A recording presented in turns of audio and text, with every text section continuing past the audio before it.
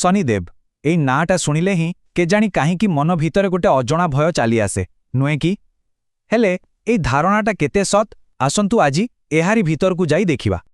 ତେବେ ମୂଳ ପ୍ରଶ୍ନଟା ହେଲା, ସେ କ'ଣ ସତରେ ଦୁର୍ଭାଗ୍ୟର ଦେବତା, ନା ତାଙ୍କ କାମଟା କିଛି ଅଲଗା, ଯେମିତିକି ଏଇ ପୂରା ବ୍ରହ୍ମାଣ୍ଡର ନ୍ୟାୟକୁ ସମ୍ଭାଳିବା?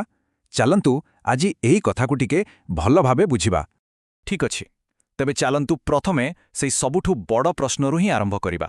ଶନିଦେବଙ୍କୁ କ'ଣ ସତରେ ଡରିବାର କିଛି କାରଣ ଅଛି? ଦେଖନ୍ତୁ, ସାଧାରଣତଃ ଆମେ କ'ଣ ଭାବୁ ଯେ ଶନିଦେବ ମାନେ ହିଁ କଷ୍ଟ, ସମସ୍ୟା ଆଉ ଅସୁବିଧା। କିନ୍ତୁ ସତ କଥାଟା ଟିକେ ଅଲଗା। ସେ ହେଉଛନ୍ତି ଜଣେ ଏମିତି ନ୍ୟାୟାଧୀଶ ଯିଏ ବହୁ ଶୃଙ୍ଖଳିତ ଆଉ ନିରପେକ୍ଷ। ସେ କେବଳ ଆମେ କରିଥିବା କାମର ଫଳ ଦିଅନ୍ତି, ତାଠୁ ବେଶୀ କିଛି ନୁହେଁ। ଆଉ ସେଥିପାଇଁ ତାଙ୍କୁ ଦୁଇଟା ମୁଖ୍ୟ ନାଁରେ ଜଣାଯାଏ। ଗୋଟେ ହେଲା ନ୍ୟାୟର ଦେବତା ଆଉ ଅନ୍ୟଟି ହେଲା କର୍ମଫଳଦାତା। ଏହାର ଅର୍ଥ ପୂରା ସ୍ପଷ୍ଟ। ତାଙ୍କ କାମ କାହାକୁ ଅଯଥାରେ ଦଣ୍ଡ ଦେବା ନୁହେଁ, ବରଂ ଯିଏ ଯାହା କରିଛି ତାକୁ ତାର ଫଳ ଦେବା। ହଉ, ତେବେ ତାଙ୍କ କାମ ଆଉ ତାଙ୍କ ଅଧିକାର ବିଷୟରେ ଆହୁରି ଭଲରେ ଜାଣିବାକୁ ହେଲେ ଆସନ୍ତୁ ତାଙ୍କ ପରିଚୟ ବିଷୟରେ ଟିକେ ଜାଣିନେବା।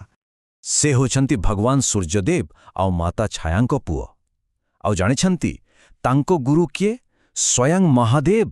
ତାଙ୍କ ବାଣ ହେଉଛି କାଉ, ଯାହା ତାଙ୍କର ଗମ୍ଭୀର ସ୍ୱଭାବ ଆଉ ତୀକ୍ଷ୍ଣ ନଜରକୁ ଦର୍ଶାଏ। ଆଉ ସବୁଠୁ ବଡ଼ କଥା କ'ଣ ଜାଣନ୍ତି? ତାଙ୍କୁ ନ୍ୟାୟ କରିବାର ଏହି ଅଧିକାର ଆଉ କେହି ନୁହେଁ, ସିଧା ମହାଦେବ ନିଜେ ଦେଇଛନ୍ତି। ଏଇଥିରୁ ହିଁ ଜଣାପଡ଼େ ଯେ ଦେବତାମାନଙ୍କ ମଧ୍ୟରେ ତାଙ୍କ ସ୍ଥାନ କେତେ ଉପରେ ଆଉ କେତେ ସମ୍ମାନର। ଠିକ୍ ଅଛି, ତେବେ ତାଙ୍କ ପରିଚୟ ତ ଜାଣିଲେ, ଏବେ ଚାଲନ୍ତୁ ଦେଖିବା ତାଙ୍କର ଏଇ ନ୍ୟାୟ ସିଷ୍ଟମଟା, ମାନେ କର୍ମର ନିୟମଟା କେମିତି କାମ କରେ। ଦେଖନ୍ତୁ, ଏହାର ନିୟମ ବହୁତ ସିଧା। ଯଦି କେହି ସଚ୍ଚୋଟ ପରିଶ୍ରମୀ, ତେବେ ଶନିଦେବ ତାଙ୍କୁ ରାଜାଙ୍କ ଭଳି ସୁଖ ଦିଅନ୍ତି। କିନ୍ତୁ ଯଦି କେହି ଛଳନା କରେ, ଭୁଲ ରାସ୍ତାରେ ଯାଏ, ତାକୁ ଦଣ୍ଡ ବି ମିଳେ। ହେଲେ ମନେ ରଖିବେ, ଏ ଦଣ୍ଡଟା ପ୍ରତିଶୋଧ ପାଇଁ ନୁହେଁ, ଏଇଟା ହେଉଛି ସୁଧୁରିବାର ଗୋଟେ ସୁଯୋଗ। ଆଚ୍ଛା, ଏବେ ଆସନ୍ତୁ ସେହି ବିଷୟରେ କଥା ହେବା ଯାହାକୁ ନେଇ ସମସ୍ତଙ୍କ ମନରେ ସବୁଠୁ ବେଶୀ ଡର ଥାଏ। ହଁ, ମୁଁ 7.5 ଆଉ ଢଇଆ କଥା ହିଁ କହୁଛି। ଚାଲନ୍ତୁ ଦେଖିବା ଏହାର ପ୍ରକୃତ କଥା କ'ଣ। ଆମେ ସାଧାରଣତଃ ଏହି ସମୟଗୁଡ଼ିକୁ ଗୋଟେ ଅଭିଶାପ ବୋଲି ଭାବିନେଉ। କିନ୍ତୁ ସତ କ'ଣ ଜାଣନ୍ତି?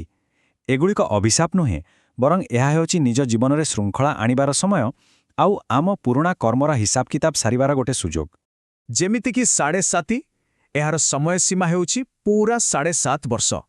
ଆଉ ସେହିପରି ଢେୟା, ଏହାର ଅବଧି ହେଲା 2.5 ବର୍ଷ। ତେଣୁ ମୂଳ କଥା ହେଲା, ଏହି ସମୟରେ ଡରିବାର କିଛି ନାହିଁ, ବରଂ ଏଇଟା ହେଉଛି ନିଜ ଭୁଲ ସୁଧାରିବାର ଆଉ ଜୀବନକୁ ଶୃଙ୍ଖଳିତ କରିବାର ସମୟ। କହିବାକୁ ଗଲେ ନିଜକୁ ଆହୁରି ଭଲ କରିବାର ଏକ ସୁବର୍ଣ୍ଣ ସୁଯୋଗ। ଠିକ୍ ଅଛି, ତେବେ ଏସବୁ ତ ବୁଝିଲେ, କିନ୍ତୁ ପ୍ରଶ୍ନ ଉଠୁଛି, ତାଙ୍କ କୃପା ପାଇବା ପାଇଁ ଆମେ କରିବା କ'ଣ? ଚାଲନ୍ତୁ ଏବେ ସେହି ମାର୍ଗ ବିଷୟରେ ଜାଣିବା। ଗୋଟେ ବହୁତ ମଜାଦାର କଥା ଅଛି। ଶନିଦେବ ଆଉ ହନୁମାନଜୀଙ୍କ ଭିତରେ ଗୋଟେ ବହୁତ ଗଭୀର ସମ୍ପର୍କ ରହିଛି।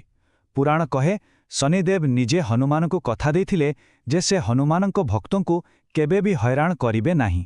ସେଥିପାଇଁ ତ ହନୁମାନଙ୍କ ପୂଜା କରିବା ଏକ ବହୁତ ବଡ଼ ଉପାୟ ବୋଲି କୁହାଯାଏ।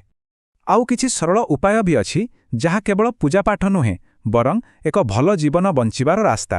ଯେମିତିକି ଯେଉଁମାନେ ପରିଶ୍ରମ କରୁଛନ୍ତି ତାଙ୍କ ସହ ସଚ୍ଚୋଟ ରହିବା, ଶନିବାର ଦିନ କିଛି ଦାନ କରିବା, ସୋରିଷ ତେଲର ଦୀପଟିଏ ଜାଳିବା, ଆଉ ଓମ୍ ସଂ ଶନେଶ୍ଚରାୟ ନମଃ ମନ୍ତ୍ରକୁ ମନେ ମନେ ଜପିବା। ଏହି ଛୋଟ ଛୋଟ କାମରେ ଶନିଦେବ ବହୁତ ପ୍ରସନ୍ନ ହୁଅନ୍ତି। ଆଉ ଶେଷରେ ଗୋଟେ ବହୁତ ଗଭୀର କଥା, ତାଙ୍କ ନାମ ଶନି। ଏହି ଶବ୍ଦଟି ଆସିଛି ଶନୈଶ୍ଚରମ୍ରୁ, ଯାହାର ସିଧାସଳଖ ଅର୍ଥ ହେଲା ଯିଏ ଧୀରେ ଧୀରେ ଚାଲେ। ଆଉ ତାଙ୍କର ଏହି ଧୀର ଗତି, ଏହା ହିଁ ହେଉଛି ବ୍ରହ୍ମାଣ୍ଡର ସବୁଠୁ ବଡ଼ ସତ୍ୟର ପ୍ରତୀକ।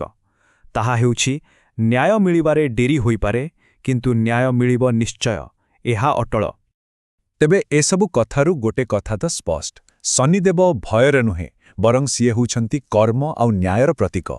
କିନ୍ତୁ ଯିବା ପୂର୍ବରୁ ଗୋଟେ ପ୍ରଶ୍ନ ଛାଡ଼ିଯାଉଛି, ଶନିଦେବ ଆଉ ତାଙ୍କ ନିଜ ବାପା ସୂର୍ଯ୍ୟଦେବଙ୍କ ଭିତରେ ଯେଉଁ ବିବାଦ ଥିଲା, ତା ପଛର କାହାଣୀଟା କ'ଣ କେବେ ଭାବିଛନ୍ତି?